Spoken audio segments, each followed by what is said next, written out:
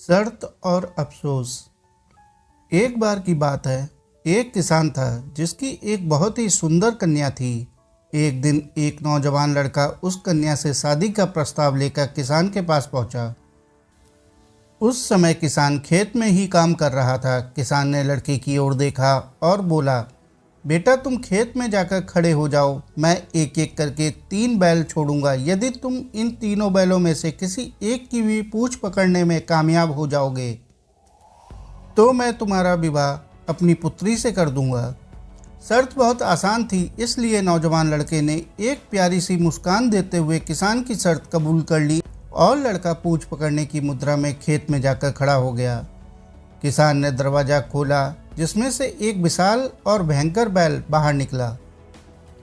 बैल को देखकर लड़का भयभीत हो गया। उसने इतना विशाल बैल आज तक नहीं देखा था। तभी उसने फैसला किया कि वह इस विशाल बैल की पूंछ नहीं पकड़ेगा, बल्कि दूसरे बैल का इंतजार करेगा।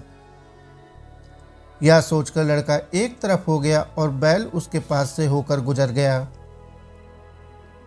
किसान ने दूसरा दरवाज़ा खोला, लेकिन यह क्या, इस बार तो पहले से भी विशाल और भयंकर बैल था। भय के मारे वह सोचने लगा कि इससे तो पहले वाला ही ठीक था। लड़के ने इसे भी छोड़ देने की सलाह बनाई और वह बैल भी लड़के के पास से आकर गुजर गया। अंत में किसान ने तीसरा दरवाज़ा खोला। इस बार लड़के के चेहरे पर मुस्कान दौड़ पड़ी, क्योंकि अब की बार उसके सामने एक पतला दुबला और मरियल बैल था। लड़के ने उसकी पूंछ सही से पकड़ने के लिए मुद्रा बनाई और जैसे ही बैल उसके पास पहुंचा, लड़के ने देखा कि उस बैल की तो पूंछ ही नहीं है। साथियों, कुछ इसी प्रकार की हमारी ज़िंदगी है, जिसमें अवसर आते हैं और हमारी आंखों के आगे से चले जाते हैं। यह हमारा भाग्य ही है कि हम उन्हें पहचान नहीं पाते और डर कर बैठ जाते हैं। हमेशा प्रथम अवसर को हासिल करने का प्रयास करना चाहिए, क्या पता वह अवसर दोबारा ना मिले।